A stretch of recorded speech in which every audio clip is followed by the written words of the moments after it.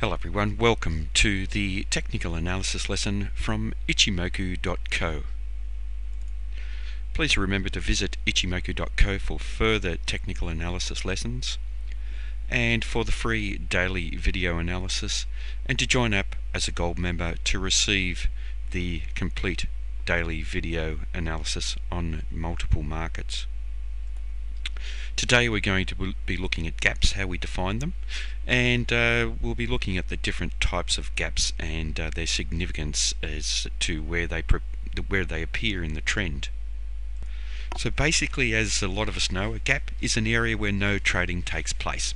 So it's an area where the market trades to, and then the expectations of the market change, and we have the market either trading substantially higher at the open or substantially lower at the open of the next trading period.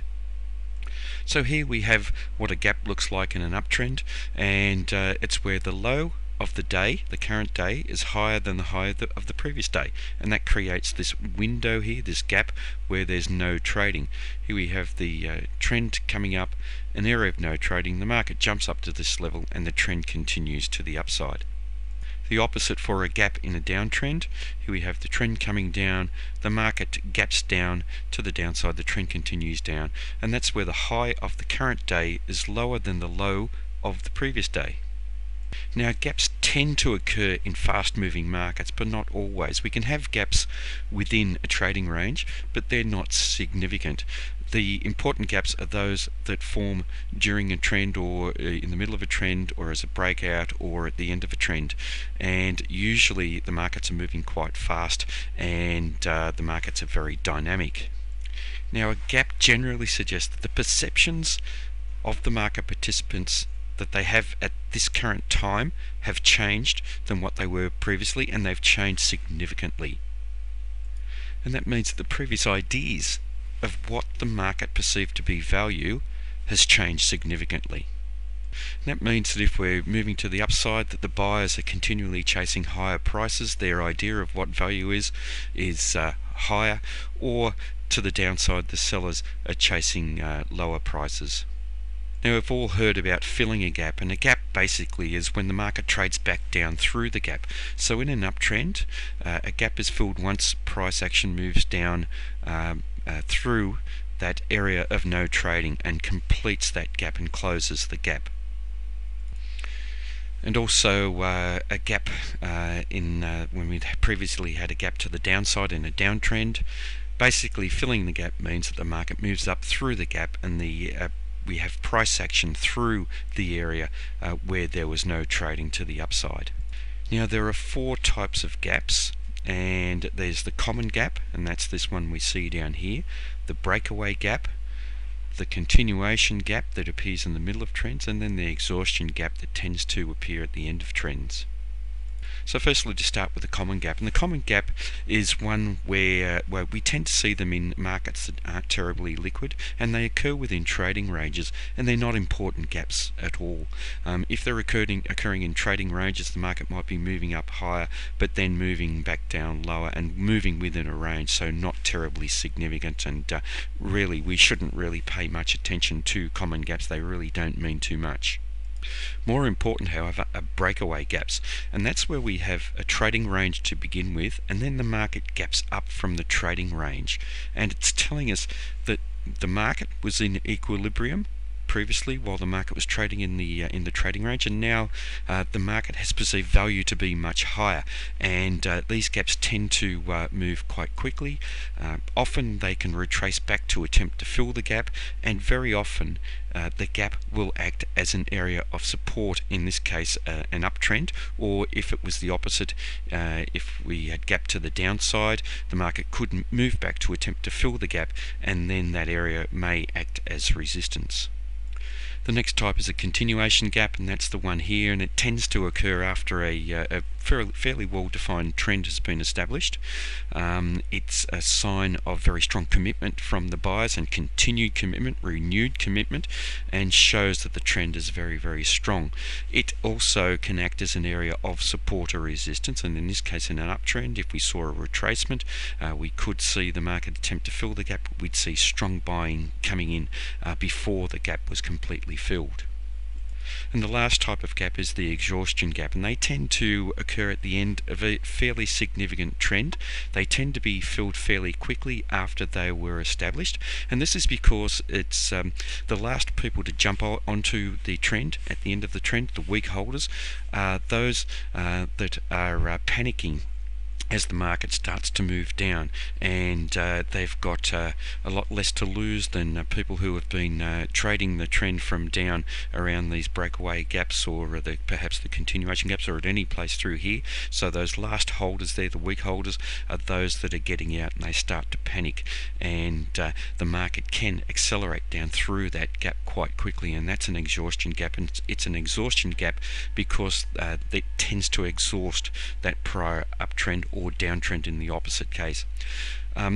We often see these types of gaps as island reversals, or what we call island cluster reversals, and that's where we see the market trend up, always trending up, then the gap to the upside, and then a gap back to the downside. In this case, this isn't an island reversal or an island cluster reversal, but if the market had gapped back down from this area, then it may have been an island cluster reversal.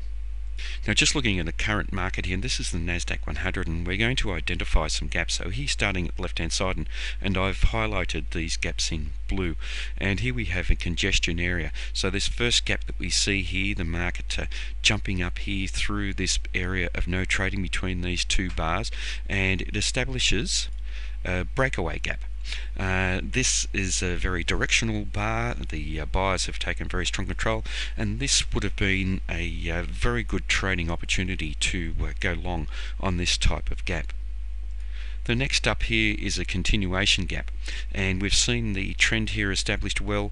The market four or three fairly strong directional bars, and then the market gapping up. The buyers closing with control on that on that bar after the gap, and a continuation gap just renews that effort from the buyers and suggests that the market is still very, very strong. The next type of gap we're going to look at here is this one, and we don't know that it could be an exhaustion gap until we see other evidence. It could actually be a continuation. But after we see the market create the gap, and then two bars after, we're attempting to fill the gap, and so that area is filled fairly quickly within 3 bars, and it's suggesting that that's created an exhaustion gap, and it means that the trend is exhausted. And obviously, once you see that type of gap filled, if you were taking long positions down here on these breakaway type gaps, it's a very good place to place a stop and to possibly get out of a partial or out of your position partially, or also to get out of the whole position totally. Now this, in this case, is also an island cluster reversal. So here we have the uptrend in place, the gap up, we have 3 bars here, and then the gap back down, and it's an island because we've got like a river flowing through here between these 2 gaps, and then the market gaps down, completes that reversal, and then the trend finishes to the downside, retracing this first time frame uptrend quite substantially. So here we've seen how important some of these gaps are, how we can trade them. Firstly, with that breakaway gap, the gap to the upside, placing a stop under the trading range somewhere, or depending on where you place your stops, riding this market. And the important thing here also, by the way, was this very strong candle to the upside, with the buyers closing with control, closing up towards a high, really confirming the strength of the buyers in the market. The continuation gap, the directional bar following the gap here with this continuation gap, the buyers in control once again. Then the market trading to the upside, and then the formation of a fairly weak candle at the end of this uptrend with an inside day suggested that we could have been nearing the end of the trend, and then the gap down, the market completing an island cluster reversal and also filling the gap here for an exhaustion gap. So there are a couple of areas where we could have actually got out of any trades that were made using just gap analysis. I think the important thing here to remember is that you don't just trade off using gaps alone. We use other types of analysis to give us a bigger picture of what the direction of our trading should be, but gaps can provide very good entry and exit opportunities.